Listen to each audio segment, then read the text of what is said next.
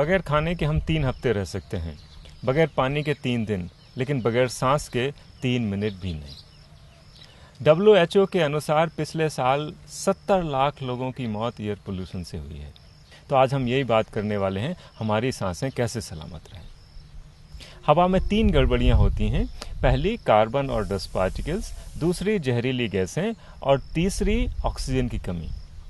तो dust particles या carbon particles जिनकी वजह से खांसी, अस्थमा जैसी रेस्पिरेटरी प्रॉब्लम होती हैं, इनकी तरफ हमारा ध्यान है, अवेयरनेस बढ़ी है।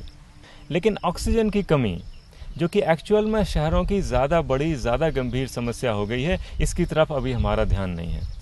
हर व्यक्ति को रोज़ 550 लीटर ऑक्सीजन चाहिए, और इतनी ऑक्सीजन तभी मिल सकती है जब 11,000 लीटर ताज़ी हवा मिले, जिसमें कम से कम 19.5% ऑक्सीजन हो। अगर ऑक्सीजन का लेवल इससे कम हो तो एनर्जेटिक फील नहीं होता है, घुटन भी होने लगती है, और शहरों में आजकल ऐसा काफ़ी महसूस होता है। अगर ऑक्सीजन का लेवल ज़्यादा गिर जाए तो शरीर के कई हिस्से काम करना बंद कर देते हैं। 10% पे दिमाग काम करना बंद कर देता है और 6% पे तो मौत हो जाती है। ऐसे कई केसेस हुए हैं जब लोग बाग कार के अंदर बच्चे को सोता हुआ छोड़ गए एसी ऑन करके, और जब लौट के आए तो बच्चा मरा हुआ मिला।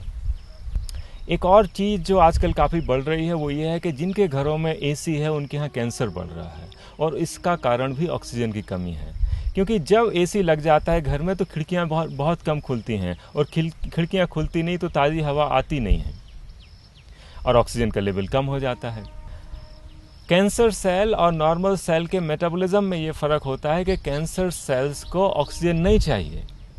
तो जब कभी भी लो ऑक्सीजन का एनवायरनमेंट बनता है, कैंसर सेल्स प्रोलिफरेट करने लगती हैं, और ऐसा तब बहुत ज़्यादा हो जाता है कि जब घर में कोई पेस्टिसाइड स्प्रे किया गया हो या गुड नाइट, ऑल आउट जैसी कुछ फ्यूम्स हों।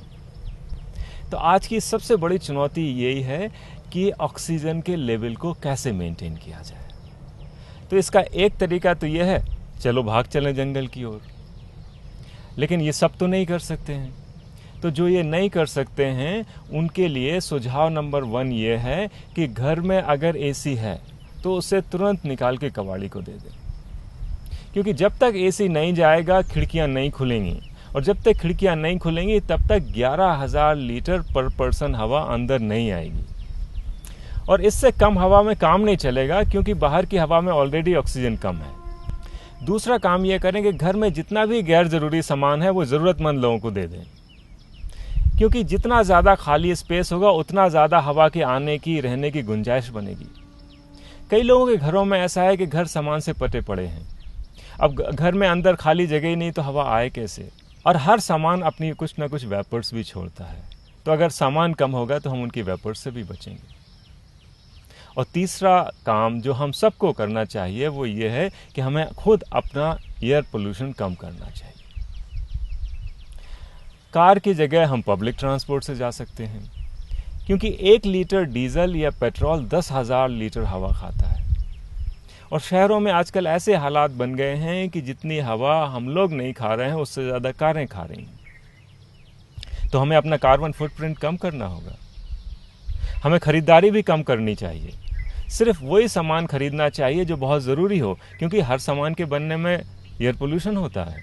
चौथा काम ये करें कि ऑक्सीजन के प्रोडक्शन पर ध्यान दें। घर में आगे, पीछे, बालकनी में, छत पे, जहाँ कहीं भी जगह हो पेड़ पौधे लगा दें। ज़मीन में लगाएं, ज़मीन नहीं है तो गमलों में लगाएं, लेकिन ध्यान ये दें कि पेड़ पौधों पे कभी भी पेस्टिसाइड ना डालें। कई लोग घर में बड़े बड़े गार्डन लगा लेते हैं और फिर पेस्टिसाइड डाल देते हैं, तो ऑक्सीजन के आने का जितना फ़ायदा नहीं, उससे ज़्यादा नुकसान हो गया पेस्टिसाइड का।